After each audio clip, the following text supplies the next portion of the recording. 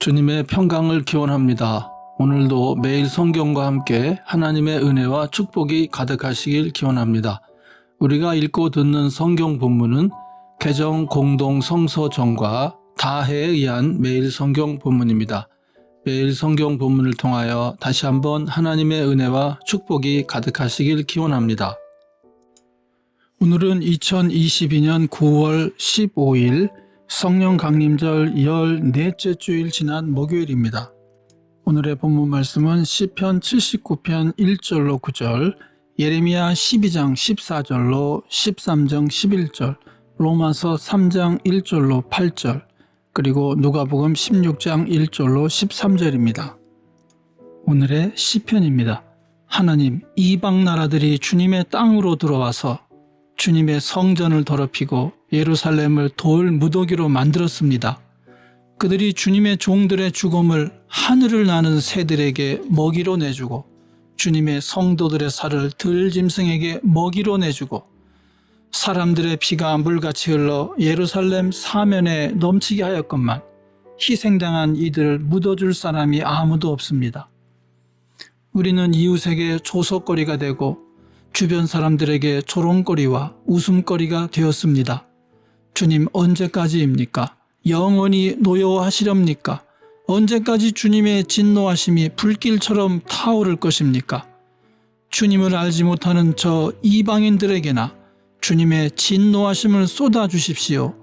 주님의 이름을 부르지 않는 저 나라들 위에 쏟아부어 주십시오.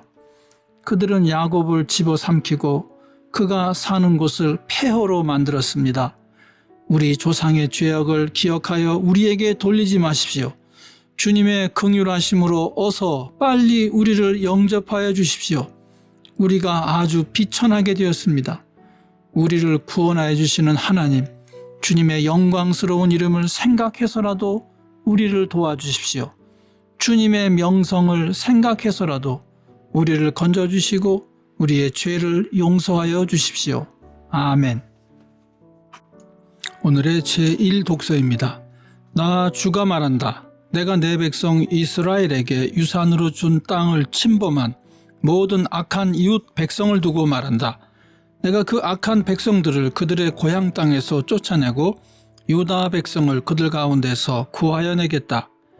그러나 내가 그들을 쫓아낸 다음에는 다시 그들을 불쌍히 여겨서 제 땅, 제 고향으로 되돌려 보내겠다. 비록 그들이 내 백성에게 바알의 이름을 부르며 맹세하도록 가르쳤지만 그들이 내 백성의 도를 확실하게 배우고 내 이름을 부르며 주님의 살아계심을 두고 맹세하면 그들도 내 백성 가운데 들게 될 것이다. 그러나 그들이 복종하지 않으면 내가 그 민족을 완전히 뿌리채 뽑아 멸망시키겠다. 나 주의 말이다. 주님께서 나에게 이렇게 말씀하셨다. 너는 가서 배로 만든 띠를 사서 너의 허리에 띠고 물에 적시는 일이 없도록 하여라. 그래서 나는 주님의 말씀대로 배에 띠를 사서 허리에 띠었다. 주님께서 다시 나에게 말씀하셨다.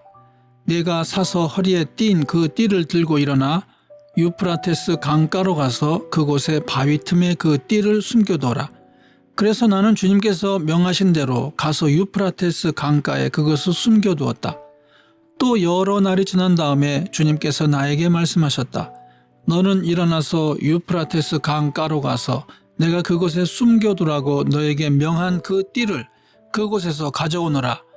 그래서 내가 유프라테스 강가로 가서 띠를 숨겨둔 곳을 파고 거기에서 그 띠를 꺼내보니 그 띠는 썩어서 전혀 쓸모가 없게 되었다. 그때 주님께서 나에게 말씀하셨다.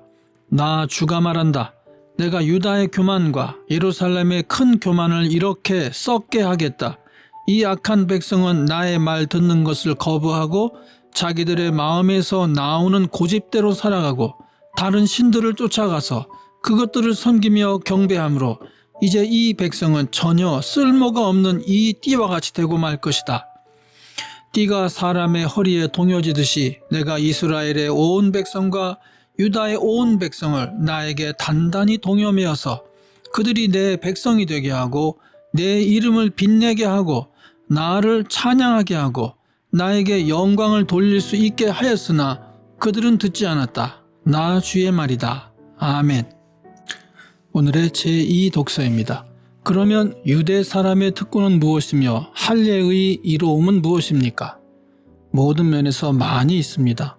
첫째는 그들이 하나님의 말씀을 맡았다는 것입니다. 그런데 그들 가운데서 얼마가 신실하지 못했다고 해서 무슨 일이라도 일어납니까? 그들이 신실하지 못했다고 해서 하나님의 신실하심이 없어지겠습니까? 그럴 수 없습니다. 사람은 다 거짓말쟁이이지만 하나님은 참되십니다. 성경에 기록한 바 주님께서는 말씀하실 때 의로우시다 인정을 받으시고 재판을 받으실 때 주님께서 이기시려는 것입니다. 한 것과 같습니다.